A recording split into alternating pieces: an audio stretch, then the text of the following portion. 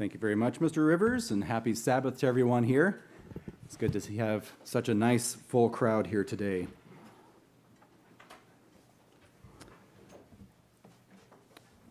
So, old versus new. That's the age-old question. Which one's better? Let's start off with thinking about cars. Some of it's subjective. So, old cars, they're cooler. They got fins. They've got chrome. They've got wood. They've got neat styling. Today's normal family cars are just kind of all the same. They're boring. They look all pretty much the same. Unless you get like a Lamborghini. In that case, it does look cooler, but old sports cars, new sports cars, some of it's subjective. But then even on an old car, you want to work on it, you open the hood, and there's an engine and nothing else. You can get to stuff. You can fix things. You can pull out an alternator and change it yourself. New cars, well, they might be a little bit more comfortable. They have cruise control. They have air conditioning. And then you open up the hood and you might have to take off the fender or some kind of other thing just to get to the oil pan or the spark plugs. So it's a trade-off sometimes. And so some of it comes down to maybe your preference. Can you survive without the air conditioning? Can you survive without the cruise control? But your car at least has fins, so it's really cool looking. But what about in a crash? Which car is going to work better? Now, oftentimes you hear, they just don't make them like they used to. So what about in a crash? Take a 1959 Chevy Bel Air and you crash it into a 2009 Chevy Malibu. Now, the Bel Air is a bit bigger and heavier. The older car, it's made out of steel and metal, and that's all it is. The newer Malibu is a bit smaller and lighter. They're kind of the same kind of class of car. They're both kind of a family car. But the new one, again, is a little bit lighter. It's got lots of plastics and polymers. So which one is going to win in a front-end frontal offset crash at 40 miles an hour? So we can take bets. I don't know who wants to collect the money. Place your bets now because we're going to find out. So if the sound crew would just run it. I don't think we need the picture off, but you'll see these two car crashes are going to hit at 40 miles an hour, just slightly offset, kind of like if somebody veered into your lane at 40 miles an hour. So you got some of the slow motion. You can see the person inside the car. So the Bel Air is this older one on your right. Now both cars are pretty messed up. Nobody's going to take this car home and drive it away later. But is that the point? Are you worried about the car? Or is there something a little bit more important in this crash? It's pretty dramatic on either side with either car. Now, here we are inside the old car. He hits the steering wheel. He hits the roof. This is before shoulder seat belts and stuff like that. Now you got the newer car, airbags. It still looks pretty bad, and now we're inside the newer car. He hits the airbag and not the steering wheel, and you notice the whole area around him doesn't collapse around him. He's a lot more protected. And that's it. And now we've got some kind of weird ad.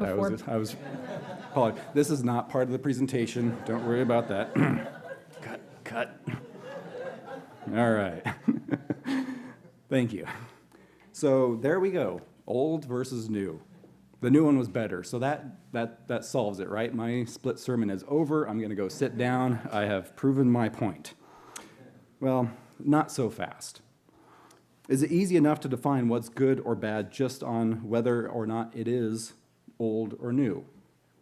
Or is there another factor that we need to consider in this topic? How do old and new work within God's laws and way of life? And how should we approach both of these things? So my split sermon will just be titled Old versus New. So we're going to kind of look a little bit at old and new and aspects of both here. So let's consider something that is old and bad to start with. Let's think back to early human history. Think of the time before the flood. People were living hundreds of years, long lives, much longer than we live today. But the age of the people before the flood didn't really matter much in terms of the wisdom and morality that they were gaining. It was going downhill. People were not using their long lives to better themselves and to help people around them. So God decided it was time to start over. Humanity had gotten off to the wrong foot very early, and it snowballed into one of the worst times in human history. People were living a long time, but weren't gaining godly wisdom and knowledge through all of that. Here you have people living hundreds of years, and in this case, older was not better. But on the other hand, the man that God chose to survive the flood, along with his family, Noah and his family, Noah wasn't some young guy either. So even in the midst of this horrible society, there was still somebody who had lived a long time and who had persevered and grown in God's ways. In one of the worst times in human history where people lived a long time, someone had also lived a long time and managed to stay moral. So old people, and all of them, you have two different aspects of it. What was the difference between these two groups of people? Just because something or someone has been around a long time doesn't mean it's right or moral or true or good. If you want to turn to Matthew 15 and verse 8, we'll have a spot where Christ is quoting from the book of Isaiah, Matthew 15 and verse 8.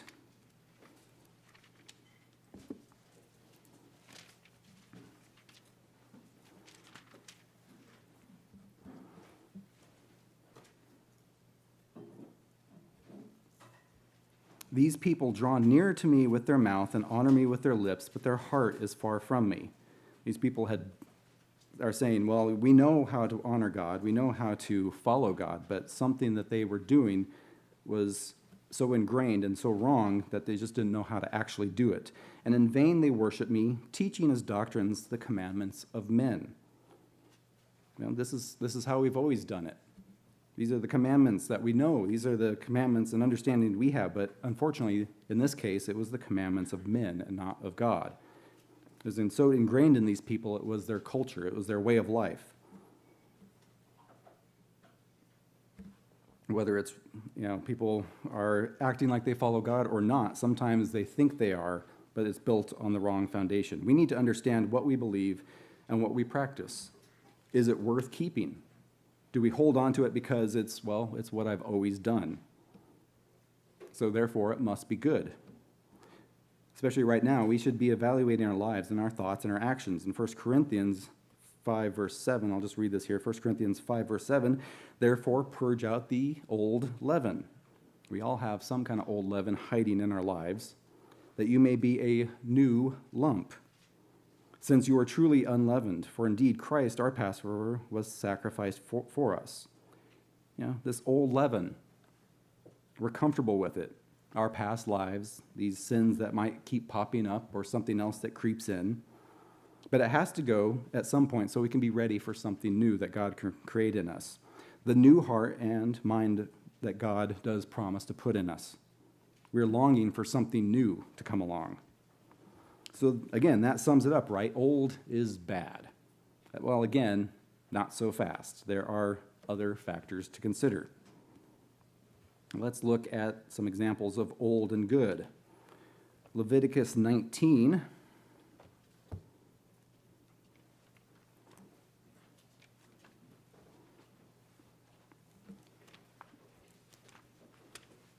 Leviticus 19 and just verse 32 here.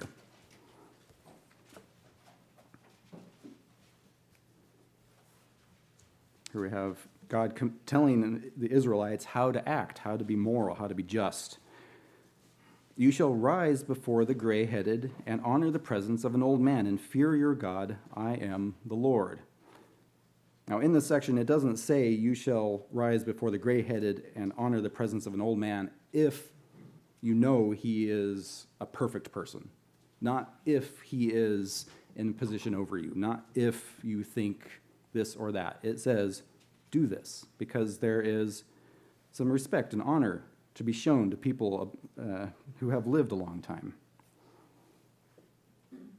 There's a level of respect to be shown to people that are older than us, because we can learn from them. And there is a place of honor in this world for them. If you want to turn to 1 Timothy 5, we have a similar statement.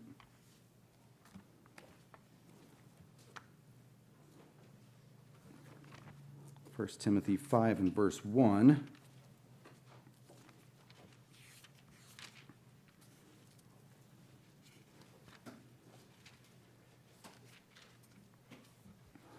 It says, "Do not rebuke an older man, but exhort him as a father, younger men as brothers, older men as mothers, younger women as sisters, with all purity." Here, it's a matter of treat people with respect regardless of whether they're older or younger. It doesn't differentiate that one's better or worse than the other just because one's new, one's old. And yet those who grow old while growing in wisdom and understanding are held even more highly in God's eyes. When I turn back to Psalms 92, we have some statements about those who grow in grace, knowledge, wisdom. Psalm 92 and verse 12.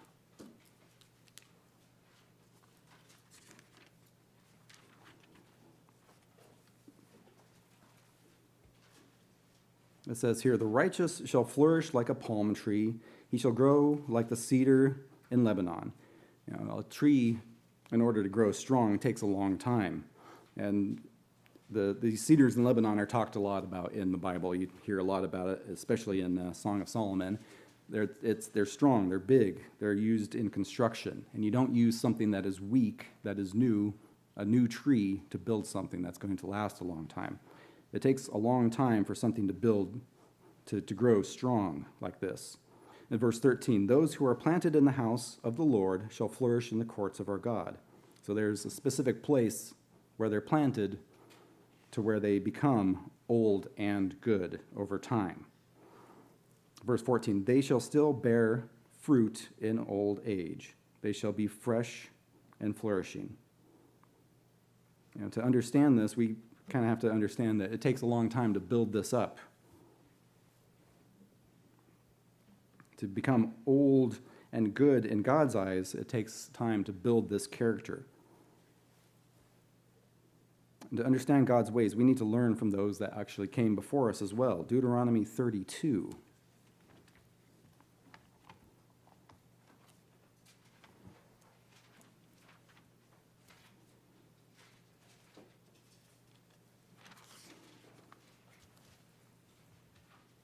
Deuteronomy 32 and verse 7. It says, "Remember the days of old, consider the years of many generations." Don't just discard this idea because, oh, that's old, that's before me. I don't need to worry about what came before or the thoughts of anybody else. "Ask your father, and he will show you, your elders, and they will tell you. When the Most High divided their inheritance to the nations, when he separated the sons of Adam, he sent the boundaries of these people according to the numbers of the children of Israel. For the Lord's portion is his people. Jacob is the place of his inheritance." It's important to know what came before. You know, why did God do this for us? We can learn from past generations. The younger people just don't understand sometimes if they don't have somebody to show us. Both good and bad, we can learn from previous generations in the Bible. We can learn from people that came before us in the church that we know even. We build our lives on these foundations. Like those car makers, those two cars. They both learned from previous car makers. Nobody just got up and built a car one day. That doesn't typically happen. You have engineering knowledge that comes before you. And over the time, they figured out, okay, we may need to make something a little bit safer. When you see somebody in a crash, you say, well, let's figure out ways to minimize these problems. We've learned more about the laws of physics and how to slow things down when in a crash. I can't remember the name of the guy, but back during times when they were doing high-speed aircraft. They had to figure out, is somebody going to be able to survive a supersonic plane when they eject? So this guy strapped himself to rocket track cars, sent himself down so that he could figure out how many G-forces the human body could take. All that built up into this kind of stuff that you saw on the screen. People know what comes before. These car makers that build stuff now hopefully learn from the past to build a better car. Whether or not it looks better, well, that's another question. So that's the idea of old and good. You know, there are both in this world. There are things that have been around for a long time that will go away. There are things that have been around a long time that will stay. So let's go on to new things. You think of new products that are constantly rushed to market without proper testing. There's greed that sometimes plays into it. New products that fail right away, you know, because somebody's going to buy it regardless if it's proven or not.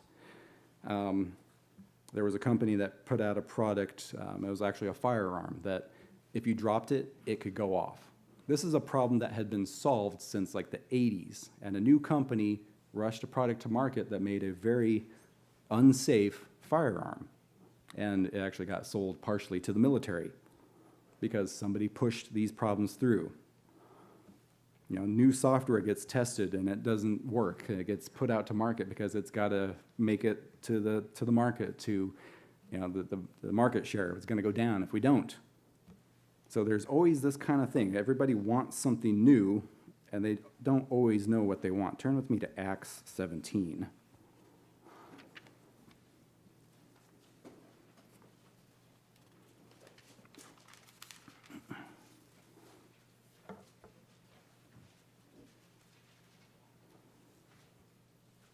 Now here we have Paul in Athens, and he's preaching this gospel, and a lot of people hear it, and to them it is new. And there's nothing wrong with what he's saying, but some of the people that heard it kind of took it in the wrong way. In Acts 17, verse 19, it says, "And they took him and brought him to the Areopagus, saying, 'May we know what this new doctrine is of what you speak?'" Ooh, this is new and enticing. Let's hear a little bit more of this. "For you are bringing some strange things to our ears, therefore we want to know what these things mean. For the Athenians and the foreigners who were there spent their time in nothing else but to either tell or hear of something new." Now, they were hearing the truth in this case, but what they wanted in something new was just something to make them feel good. It was something tantalizing. You know, it was the newest iPhone, it was the newest car, it was the newest fashion, it was the newest movie that was coming out. Because as soon as it was old, they would have moved on. If they had started going with Paul and listening to more, they would have gotten tired when something else came along. They weren't content with just trying proven things. That's not their personality. Now, there were some that did. You know, some mocked in this section. It wasn't something they wanted to hear. But there were at least some that saw the value. In verse 34,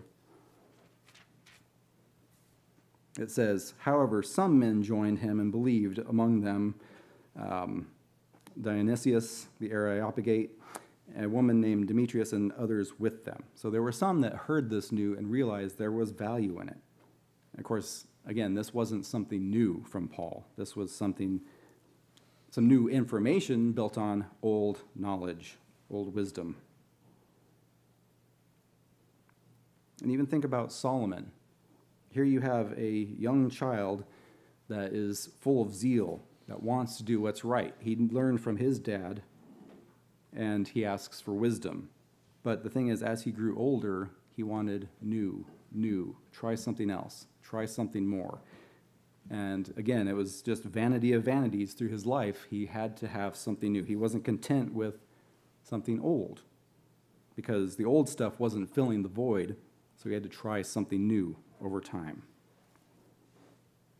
So we have to be on guard ourselves. Do we always just want something new just because it's new? Or do we want something new to build on something that we already have that is tried and tested? Turn with me to 1 Timothy, and we'll start looking into things that are new and good, because they do definitely exist. Here we have Paul talking to Timothy in 1 Timothy 4, verses 11. He says, "These things command and teach." And what are these things? Of course, this is maybe new news to some people, but again, it's built on old, tested truth. But then in verse 12, he says, "No, let no one despise your youth." Don't let somebody despise you just because you're young and new. But be an example to the believers in the word, in conduct, in love, in spirit, in faith, in purity. This is how somebody that's new can show that they are trustworthy. In conduct, in love, in spirit. These are these things that have been around, and put them into your lives. Show them that you are built on these things. You can be young, new, whatever. But if you do what you do in love and spirit and faith and purity, then we do well. This is another example back in Job. Turn with me to the book of Job, and we'll start in verse 32.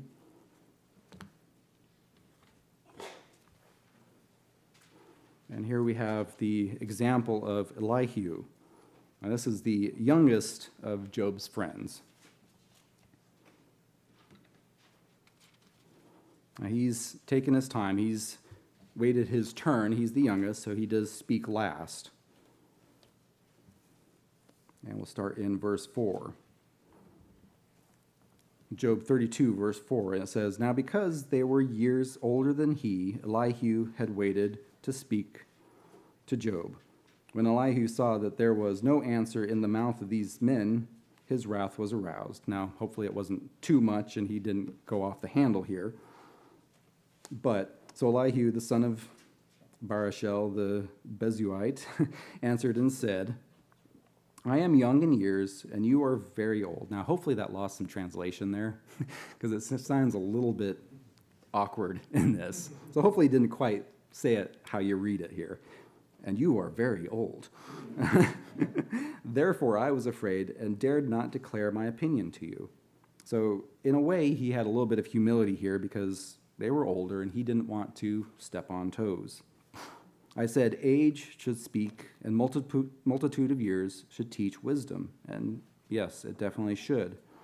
"But there's a spirit in man, and the breath of the Almighty gives him understanding."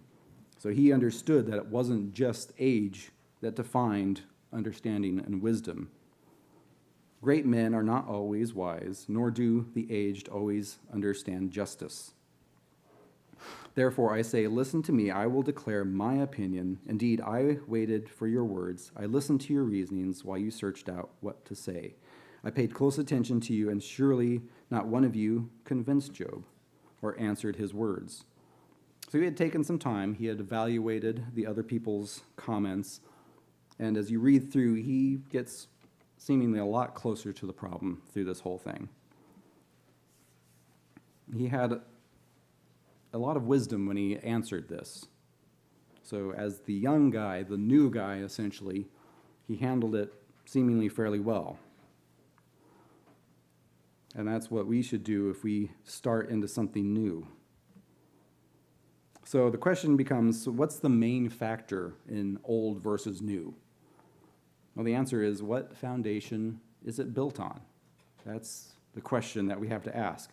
This is old, this is new, but what foundation are each of these things built upon? So let's turn back to Joshua 6.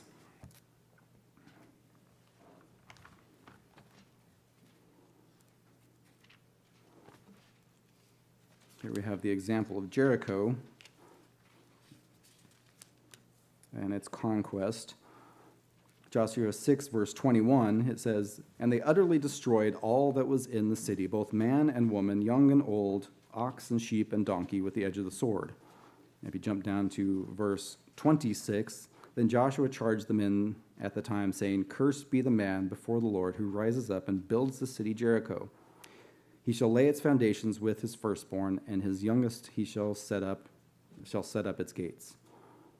Here was something that was a fortified city, but no part of it was worth keeping. Not the young, not the old, because this fortified city ironically had a corrupted foundation to be built upon. There was nothing left. It needed to all go away. Anything that was old in the city had become corrupted. Anything new was corrupted as well, because its foundation was sinful. But we have examples of a godly foundation in Hebrews 12. Hebrews 12 and verse 1.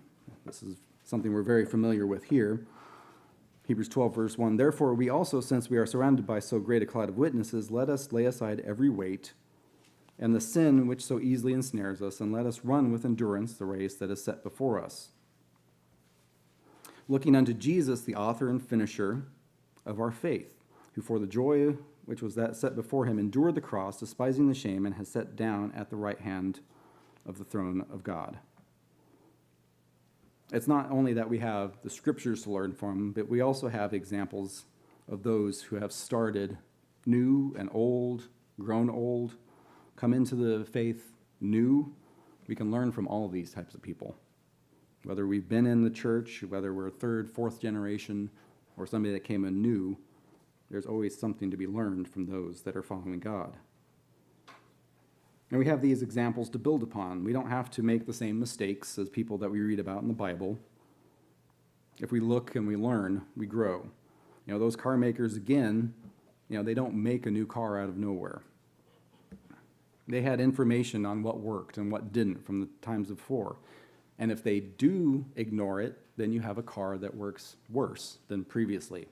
And that's definitely something that is new and bad, because they didn't test. They didn't try to build on something that was already a sure foundation.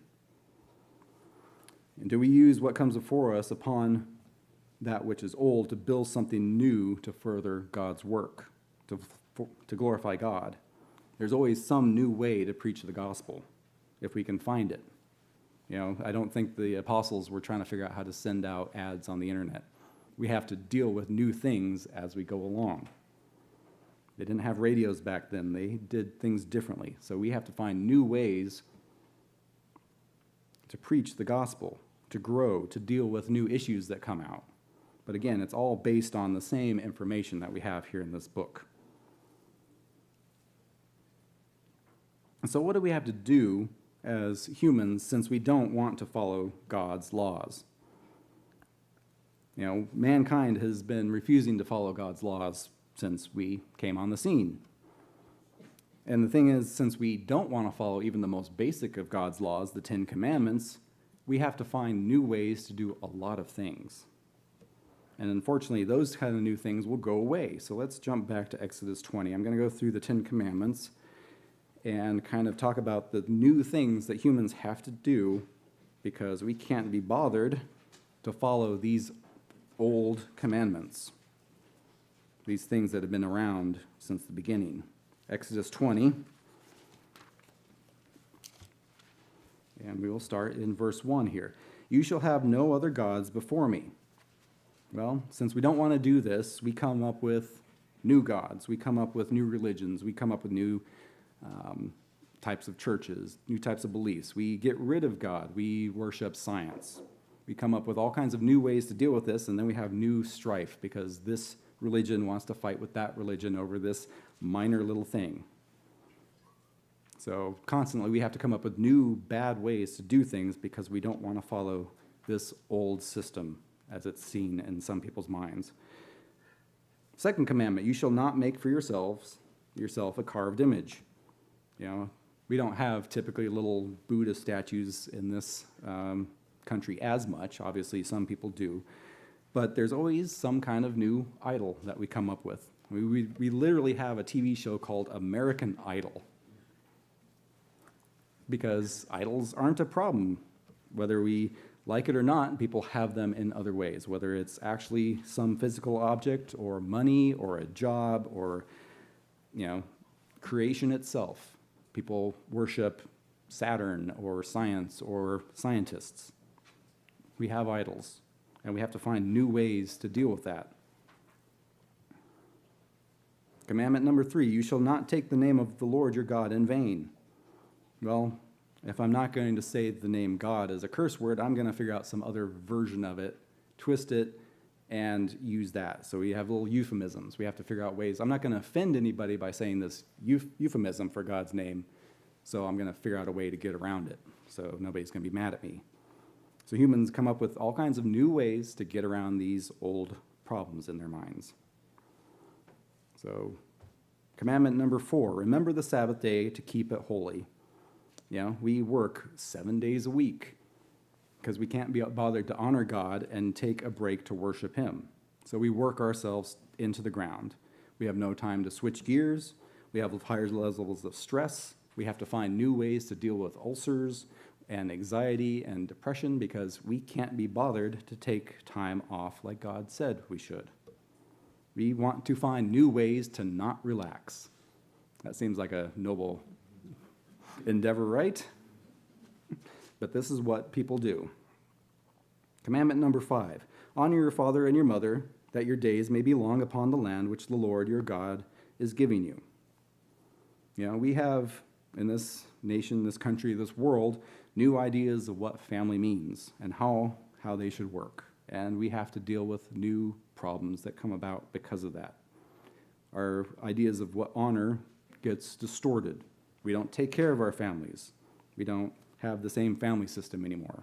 So we have new problems to constantly deal with because as humans, we don't want to follow this foundational idea. On to commandment number 6, you shall not murder. Think of all the new things we constantly have to do to keep from being murdered in this world. Humankind has never bothered to keep this commandment. We have new weapons to defend ourselves. We have new weapons to attack other people. We have new medical procedures because it's necessary because people try to kill people in horrible ways. We don't want to, we wouldn't need to find ways to defend life if we kept this commandment. We wouldn't need new cutting-edge systems of self-defense. We wouldn't need pepper spray. We wouldn't need tasers. We wouldn't need to figure out new systems of body armor if people kept this commandment. But we want to come up with new things all the time because we don't want to keep this. On to number 7, you shall not commit adultery. Again, since we can't be bothered to take this, we have to figure out new ways to deal with broken marriages, new diseases, because we can't wait to be married. We spread diseases, so we have to deal with new ways to deal with that as well. On to number 8, you shall not steal. How many new technologies and systems do we have to constantly deal with things being stolen? Locks on doors, they constantly have to get fancier. Our keys now have chips in them to dissuade people from stealing your car. We have security for websites. Every time I launch a new website at work, we have to put in an SSL layer that connects and scrambles the system between you and the server. We wouldn't have to do that if people kept this commandment. Think of a time where you don't have to remember 500 passwords for every single website you deal with. This could happen. This will happen if we have websites in the millennium. It will happen. It'll be so nice not having to remember which version of the password I use for this website. I guess hopefully as a spirit being I won't have to use websites anymore. So there's that. So commandment number 9, you shall not bear false witness against your neighbor. Lies and half-truths, misrepresentation. We have to fact check. We have to delve into what was actually said because people take things out of context. Think of the new ways we have to figure out where these bits of information come from because people won't keep this commandment. And then, you shall not covet your neighbor's house. You shall not covet your neighbor's wife, nor his male servant, nor his female servant, nor his ox, nor his donkey, nor anything that is your neighbor's. Because we want new stuff and we want to be newer than everybody else, we want to covet things. He's got something fancy, I want something fancier. Again, this is all that new and bad because it's built on the wrong foundation. If people built on the foundation of even just these 10 basic laws and all that they meant, we could build new stuff that wasn't bandages. It wasn't fixing problems. We could build actual new stuff that was built on a right foundation. We come up with new things all the time, but it's because we're not happy with other things. While what's new is not always bad, when it's built on the wrong foundation and ignores God's laws, it will fail in the long run. Just like that car, if it ignores the laws of physics, the person inside is going to suffer worse in a collision. So let's think about the Creator God. Does God want to have us just be stagnant? Is just staying with the old stuff what he wants? God, who's identified as a creator in whose image we're made, does he want us to just stay stagnant through this life and even into the millennium, into the kingdom? Let's turn to John 1 and verse 1.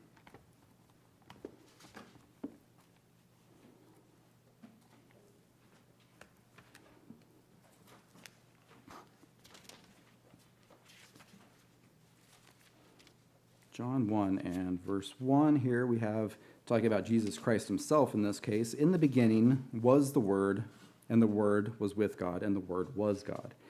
He was in the beginning with God, and all things were made through him, and without him nothing was made that was made.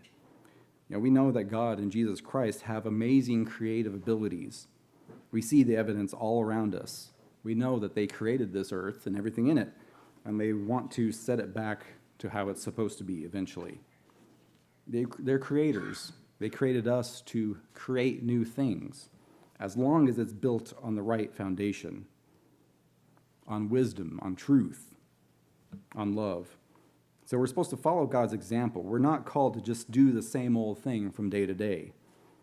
We're supposed to grow and create, find new ways to praise God, find new ways to be an example, find new ways to spread God's word. But we have to do it based on God's laws and foundation, which those things are old and solid and stand the test of time. So old versus new, that's the question sometimes people ask. It's not necessarily a clear-cut answer, though. New is not always good, nor is it always bad. And the same thing is the same for the other. Old is not always good, nor is it always bad. The question is, what foundation is it built upon? Those two cars crashing together. The old car in 1959, it wasn't a bad car for the era. It was a solid car for its time. Some of them, my brother-in-law has an older Bel Air that's just great. I wouldn't want to get in a crash in it, but going for a cruise in it, it's a great car. It looks wonderful. But over time, the engineers of that car learned more. They learned about the laws of physics. They learned about how people react in a crash. They learned about mechanics and materials, about the forces and the structures and how the cars worked in that collision. And 50 years later, the newer car is much safer in a collision. Learning more over time, building upon what works, learning from mistakes, and filling in the gaps of understanding. New or old, what makes something good? What is it built on? Is it the right foundation? Is it built on truth? Is it being built to last? Is it built out of love and concern for others? Turn with me to Revelations 21. We'll read a couple more sections here to close out. Revelation 21 and verse 5 will start.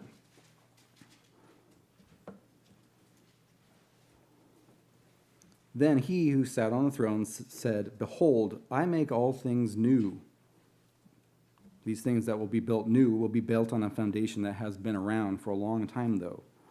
And he said to me, "Write, for these words are true and faithful." And he said to me, "It is done.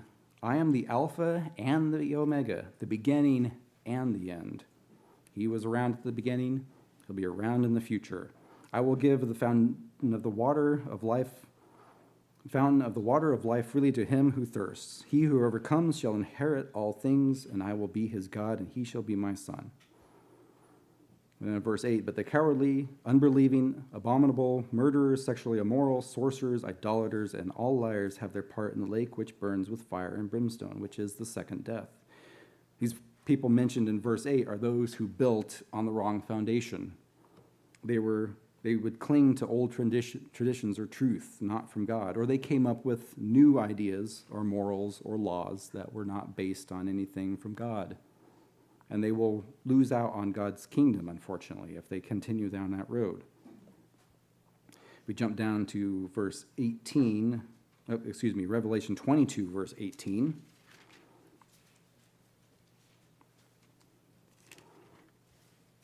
It says, "For I testify to everyone who hears the words of prophecy of this book, if anyone adds to these things, God will add to him the plagues that are written in this book."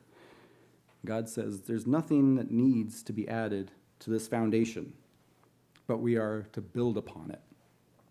We learn how to apply these things to build new things. We don't add to it, though. And in verse 19 it says, "And if anyone takes away from the words of this book, of this prophecy, God shall take away his part from the book of life, from the holy city, and from the things which are written in this book." There's something new coming, and that's what we need to be looking forward to as we build upon this old foundation. Nothing old should be removed from the truth of God. It's lasted the test of time for a reason. God's way are perfect and always have been, but we should look forward to an eternity in the future where we can find new ways to apply these laws for his glory.